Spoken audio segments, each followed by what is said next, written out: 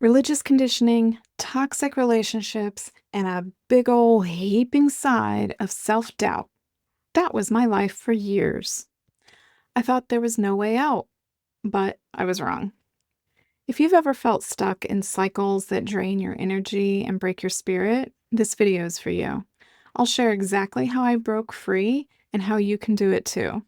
Let's get into it. If we haven't met yet, I'm Melanie Raphael, and I help people reclaim their power, break free from societal and spiritual conditioning, and build lives that feel authentic, expansive, and aligned. If you're here, chances are you're done with the guilt, the shame, and the toxic patterns that have kept you small. You're ready to let go of what's not serving you and start living on your terms. By the end of this video, you'll have actionable steps to shed those old layers and step into your power. No fluff, no bullshit. So let's start with religious conditioning because, whew, that's a big one. For me, it looked like this. I was taught to put everyone else's needs first, to never question authority, and to live in fear of messing up. Sound familiar? Religious conditioning isn't always just about the religion, though. It's more about the control that they have over you. It tells you who you're allowed to be, what you're allowed to want, and how you're supposed to live. And the worst part is you start believing it. You start to think that the guilt and shame are just a part of life. But let me tell you, they're not. They're tools of control, and once you see that, you can start to break free. What's one belief that you've carried that feels more like a burden than a truth? Drop it in the comments. Let's hear it. It's time to call it out. Now, let's talk about toxic relationships, because if you've been following me for any amount of time, you know I've got a few. Whether it's a partner, a parent, or even a friend, sometimes even a child, these relationships can keep you stuck in cycles of guilt and self-doubt. For me, leaving a toxic marriage was one of the hardest things I've ever done. Actually, 2 toxic marriages. I stayed for years because I thought that leaving would make me a failure, and I would hear, "Told you so." But staying in a toxic situation didn't make me strong, it just trapped me. And a turning point for me was realizing that my kids were watching me. And what was I teaching them by staying? Was I teaching them that it's okay to accept less than they deserve? And that's when I knew that I had to leave, not just for me, but also for them. Here's a pro tip for you. Weird flex to be a pro at that. But anyway, if you're struggling to leave a toxic situation, try this exercise.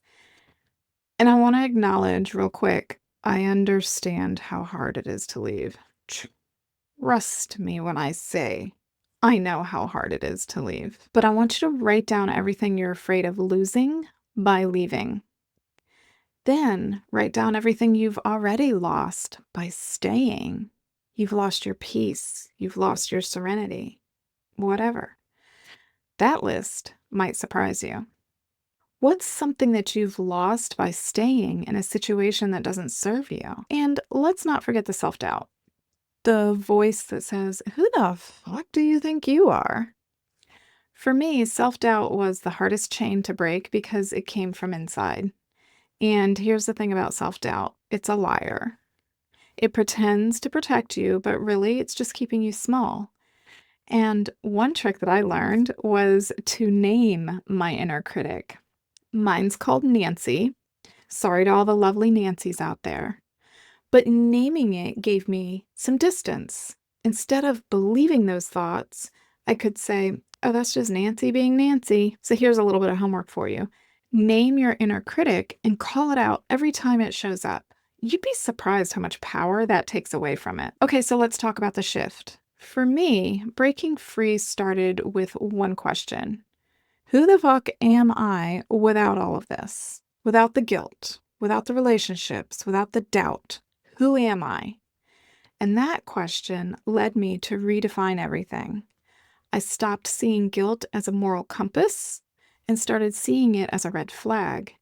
I stopped asking for permission to leave and started giving myself permission to thrive. For example, instead of saying, "What am I doing wrong? How can I make this thing work?"